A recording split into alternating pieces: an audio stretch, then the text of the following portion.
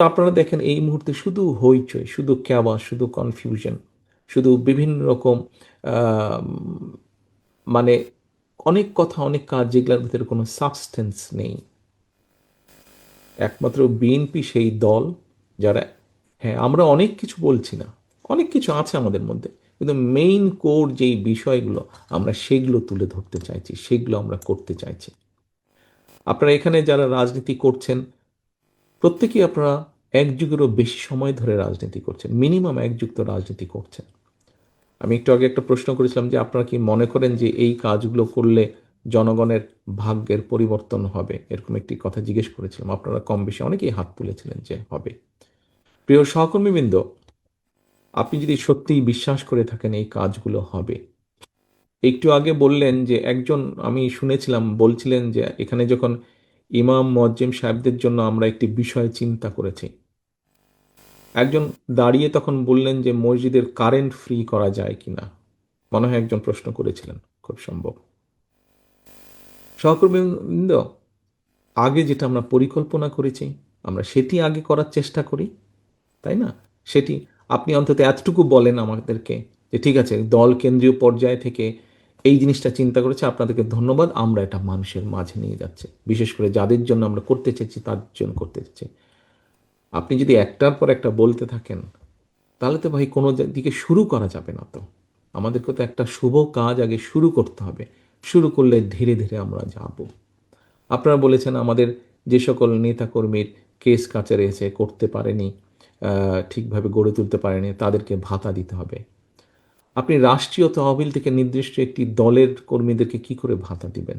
এটা কোন আইনে আপনি এটাকে জায়েজ করবেন? তাহলে একটু আগে একজন এখানে বলেছেন যে কোনো কিছু কিছু ব্যক্তি প্রতিষ্ঠান, প্রাইভেট প্রতিষ্ঠানে বিশেষ একটি দলের লোক কাজ করে, সেটা যাতে পরিবর্তন হয়, তাতে কন্ট্রাডিক হচ্ছে ভাই। আমরা কি বলছি না বলছি আমাদেরকে বিবেচনা করতে হবে, তো বাস্তবসম্মত বিষয় চিন্তা করতে হবে। রাষ্ট্রীয় তহবিল থেকে আপনি নির্দিষ্ট কোনো দলের লোককে দিতে পারেন না, তাহলে তো যেই স্বৈরাচারকে আপনি বিদায় করেছেন, আমরা দেখি যে বিভিন্ন সময় খবর টবরে কিছু কিছু বেরিয়েছিল যে রাষ্ট্রীয় তহবিল থেকে তারা তাদের নিজেদের দলের লোকজনকে টাকা পয়সা দিয়ে থাকে। তাহলে তাদের আর আমাদের মধ্যে পার্থক্য হলো কি? অবশ্যই তো তাদের থেকে আমাদের পার্থক্য থাকতে হবে, মানুষ তো সেটাই প্রত্যাশা করে আমাদের কাছে। কাজী সহকর্মীবৃন্দ, হ্যাঁ সত্য, আমাদের ছাত্রদলের বহু নেতাকর্মী যে সময় বিসিএস পরীক্ষা দিতে পারতো, ভালো রেজাল্ট করতে পারতো, চাকরি বাকরি করতে পারতো, সেই সময় তারা সেটা করেনি, সেটা ত্যাগ করে তারা বরঞ্চ মানুষের অধিকার প্রতিষ্ঠার জন্য সংগ্রাম করেছে। বয়স পেরিয়ে গেছে তাদের, এখন চাকরি বাকরির সুবিধা নেই, হয়তো ব্যবসা বাণিজ্য করতে পারবে না। সেই জন্য কিন্তু আপনারা দেখেছেন এই যে এরকম একটা যে কাগজ আপনাদের কাছে দেওয়া হয়েছে, আপনারা ওই কাগজটার মধ্যে দেখেন বিভিন্ন রকম কর্মসংস্থানের ব্যবস্থার কথা আমরা বলেছি, বিভিন্ন রকম ভোকেশনাল বলেন, টেকনোলজিক্যাল ট্রেনিং এর কথা আমরা আপনাদের সামনে বলেছি। ভাই দেখতে হবে তো, 8টা ঘন্টা বসে আছেন, একবারও কতজন এই ফোল্ডারটা উল্টে দেখেছেন ভাই? কতজন ফোল্ডারটা উল্টে দেখেছেন? আগে তো দেখতে হবে। আপনাকে একটা জিনিস দিয়ে দিলাম, ওটার মধ্যে যদি এমন কিছু, ওটার মধ্যে যদি এমন কিছু জিনিস দিয়ে দিতাম যেটা আপনার ক্ষতিকারক হতো, তাহলে তো এতক্ষণে লাফালাফি শুরু হয়ে যেত। কিন্তু ওটার মধ্যে এমন জিনিস দেওয়া আছে যেটা আপনার জন্য উপকার। আপনি যেহেতু রাজনীতি করেন, এটা তো একটা রাজনৈতিক ঔষধ, এই অর্থে রাজনৈতিক ঔষধ যে আপনি যখন এই কথাগুলো জনগণকে বলবেন, জনগণ তখন আপনাকে সমর্থন দেবে, আপনার দলকে সমর্থন দেবে। তাহলে কি সেই অর্থে রাজনৈতিক ভিটামিন বা রাজনৈতিক ঔষধ হলো না? তাহলে প্রিয় সহকর্মীবৃন্দ, আমাদেরকে এই কথাগুলো বুঝতে হবে। আপনাকে জনগণের কি চাওয়া সেটি বুঝতে হবে। আমরা অনেক কিছু অনেক বলতে পারি, অনেক কথা বলতে পারি আমরা। খেয়াল করে দেখবেন শহীদ রাষ্ট্রপতি জিয়াউর রহমান, এখানে অনেকেই বোধহয় আছেন যারা শহীদ রাষ্ট্রপতি জিয়াউর রহমানের সময় রাজনীতি করেছেন, ওনার সাথে দেখেছেন, ওনার সাথে কথা বলার সুযোগ হয়েছে। শহীদ রাষ্ট্রপতি জিয়াউর রহমান কিন্তু উনি নিজের যেই পরিকল্পনা, সেই পরিকল্পনার কথা বলতেন। কে কি করলো সেটাতে কিছু যায় আসে না, হ্যাঁ যায় আসে, নজর রাখবেন, কিন্তু নিজেদের প্ল্যানিং এর কথা বলতে হবে। তো এখন সহকর্মীবৃন্দ, আজকের এই অনুষ্ঠান প্রায় শেষ পর্যায়ে। আপনাদেরকে আজকে যেই যে আমরা, আপনারা কষ্ট করে আসলেন, আপনাদেরকে যে সারাদিন ব্যাপী আপনারা কষ্ট করলেন, 8টা ঘন্টা সময় এখানে, 8-10 ঘন্টা সময় এখানে ব্যয় করেছেন, আসতে সময় ব্যয় করেছেন, আসতে খরচ হয়েছে, আপনারা দুপুরে এখানে খেয়েছেন, সেই খাওয়াটা দলীয় তহবিলের থেকে ব্যবস্থার চেষ্টা করা হয়েছে, দলের নেতাকর্মীদের চাঁদার পয়সা দিয়ে সেই অর্থে সংস্থান করা হয়েছে, সেটা দিয়ে আপনাদেরকে আপ্যায়ন করা হয়েছে, এই হল ভাড়ায় ভাড়া লেগেছে, সেই টাকাটা দেওয়া হয়েছে। এই সবগুলো তো অর্থপূর্ণ হতে হবে। আপনার ব্যয় করা অর্থ, আপনার ব্যয় করা সময়, দলের ব্যয় করা সময়, দলের অর্থ, এই যে ফোল্ডারগুলো ছাপানো হয়েছে তার জন্য অর্থ খরচ হয়েছে, এগুলো তো অর্থপূর্ণ হতে হবে, অর্থহীন হলে তো হবে না।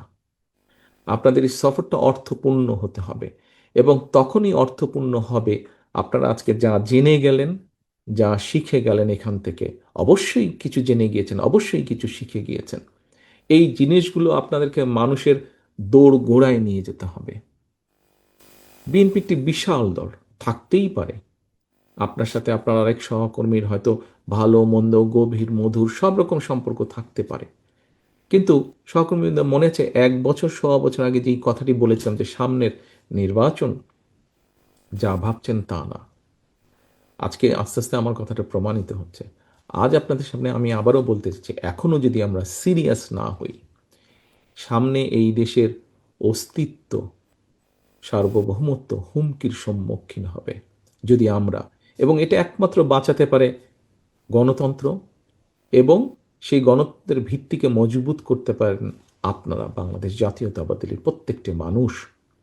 আজকে আপনারা যদি মাঠে নেমে আসেন, আপনারা যদি জনগণের দুয়ারে দৌড়ে পৌঁছে যান, এবং দুয়ারে পৌঁছে যদি বলেন, ভাই আমি তোমার জন্য এই করব, আমি তোমার মহিলাদের জন্য ফ্যামিলি কার্ডের ব্যবস্থা করব, তরুণ তরুণীদের জন্য আমরা, ছাত্রছাত্রীদের জন্য এইভাবে শিক্ষা ব্যবস্থা, এইভাবে ওয়াইফাইয়ের ব্যবস্থা, এইভাবে কর্মসংস্থানের ব্যবস্থা করব, আমরা স্বাস্থ্য ব্যবস্থা এইভাবে করব, কৃষকদের জন্য কৃষি কার্ডের মাধ্যমে আমরা এই ব্যবস্থাগুলো গ্রহণ করব।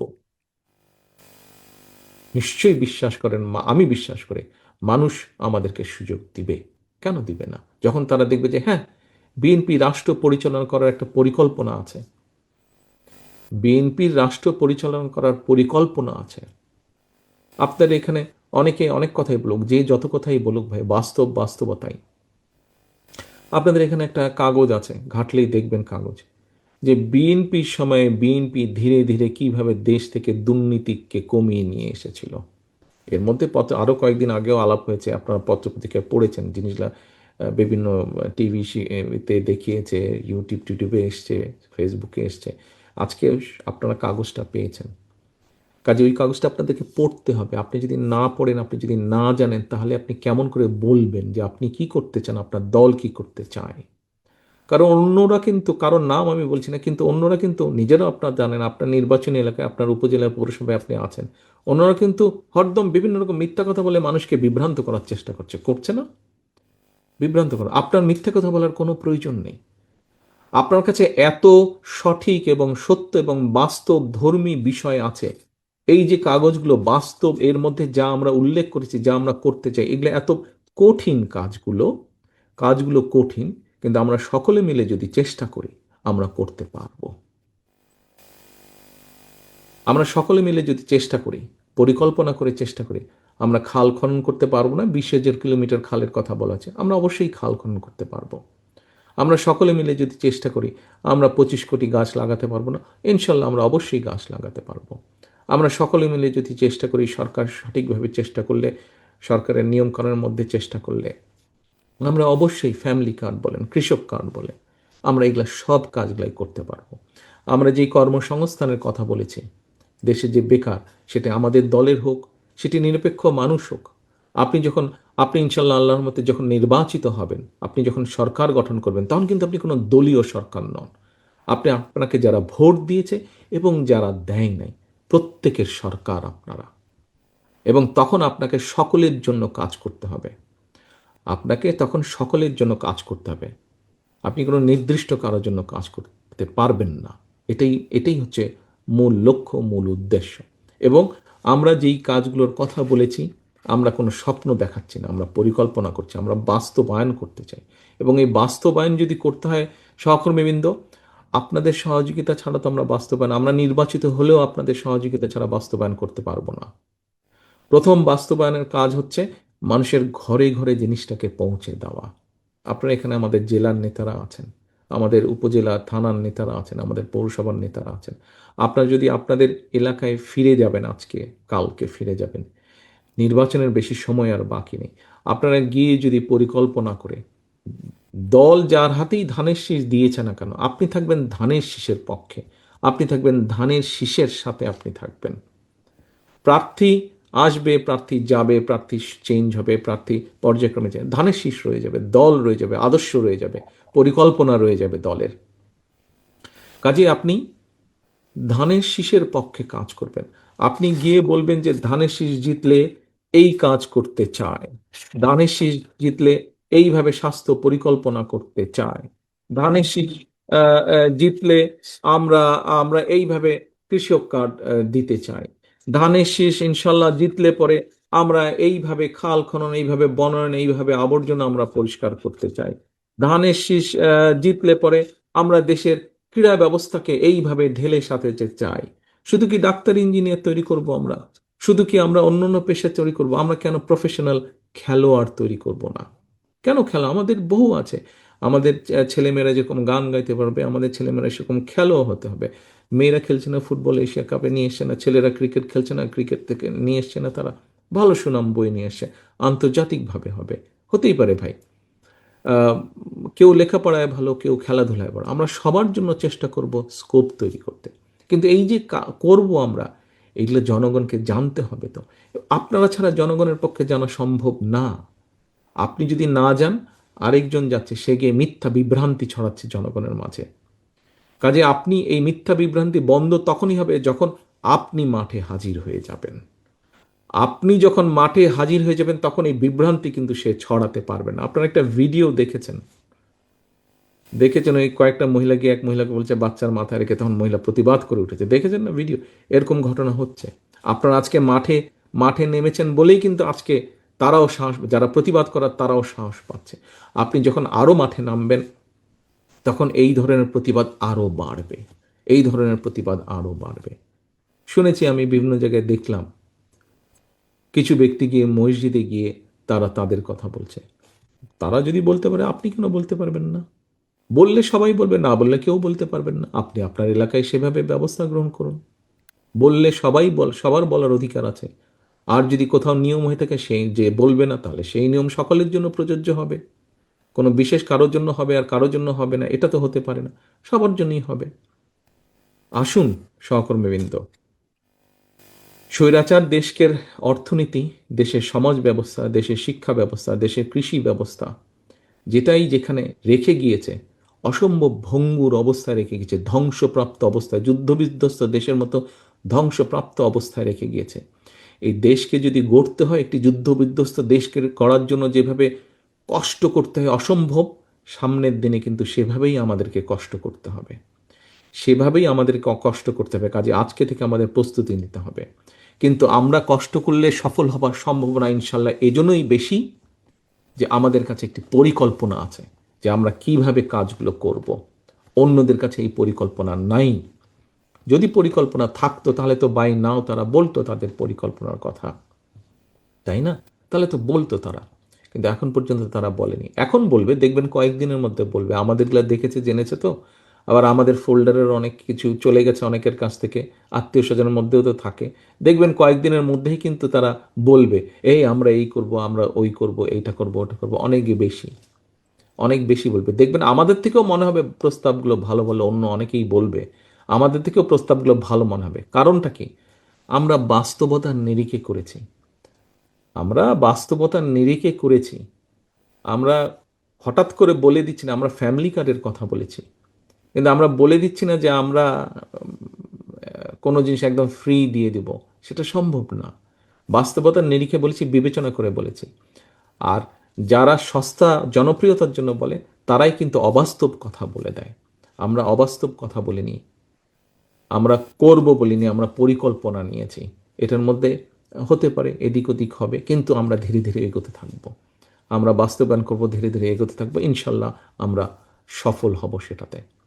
সহকর্মীবৃন্দ, আজকে আপনাদের কাছে যেই ফোল্ডার আমরা দিয়েছি, এই ফোল্ডারের সফলতা তখনই হবে, এই সকল কিছু সময়, অর্থ, সকল কিছু অর্থপূর্ণ তখনই হবে যখন আপনারা এই ফিরে গিয়ে ঘরে আর বসে থাকবেন না। যখন আপনারা ফিরে গিয়ে, আপনাকে আমি 5টা কপি দিয়েছি, এই 5টা থেকে যখন আপনি 50, 500, 5,000, 50,000 করে বিলি করবেন, মানুষকে বোঝাবেন, নেতাকর্মীদের বোঝাবেন, তারা গিয়ে আরও সাধারণ মানুষকে বোঝাবে, তখন এটা সফলতা হবে, তখন এটা সফল হবে।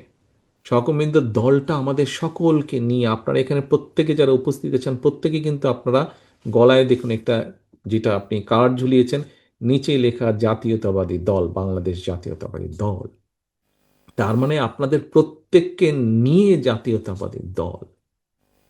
আমি একা জাতীয়তাবাদী দল না, দেশনেত্রী খালেদা জিয়া একা জাতীয়তাবাদী দল না, শহীদ জিয়া একা জাতীয়তাবাদী দল না, আমরা সকলে মিলে জাতীয়তাবাদী দল। এবং যেহেতু সকলে মিলে দলটি, কাজে আমরা সকলে মিলে যদি একসাথে কাজ না করি তাহলে কোনোভাবেই আমরা সফল হতে পারবো না। আমাদের সকলকে মিলে কাজটা করতে হবে। আপনারা যদি মনে করেন এই যে আপনারা আজকে এখানে এসেছেন এবং যেই আলোচনাগুলো হয়েছে, যেই বিষয়গুলো আপনাদের সামনে আমরা দলের পক্ষ থেকে তুলে ধরেছি, এই বিষয়গুলো জনগণের জীবনযাত্রার সাথে সম্পর্কিত। এই বিষয়গুলো জনগণকে সাহায্য করবে আরেকটু ভালোভাবে বেঁচে থাকা। বিশ্বাস করেন এই কথাগুলো যেটা বললাম, এগুলা কি সাহায্য করতে পারে জনগণকে আরেকটু? যদি এগুলা বাস্তবায়ন করতে পারি আমরা, তাহলে কি এগুলা জনগণকে সাহায্য করবে আরেকটু ভালোভাবে বেঁচে থাকা? তাহলে আসুন সহকর্মী, কি বিশ্বাস করেন নাকি না এমনি জাস্ট সেমিনারের মতন হলো? ধন্যবাদ। হ্যাঁ, আমরা বিশ্বাস করি, কারণ অনেক মেধাবী মানুষ এগুলোর পিছে কাজ করেছে। আমরা যখন তাদেরকে আইডিয়াগুলো দিয়েছি তারা অনেক পরীক্ষা নিরীক্ষা করে আমাদেরকে বলেছেন আইডিয়াটি একদম এরকম না করে একটু এরকম করুন তাহলে বাস্তবায়ন সম্ভব, আইডিয়াটি আরেকটু এরকম করুন তাহলে বাস্তবায়ন সম্ভব। অনেক মেধাবী মানুষ এর পিছনে কাজ করেছে, কাজেই এগুলোতে ব্যর্থ হবার কোনো কারণ নেই।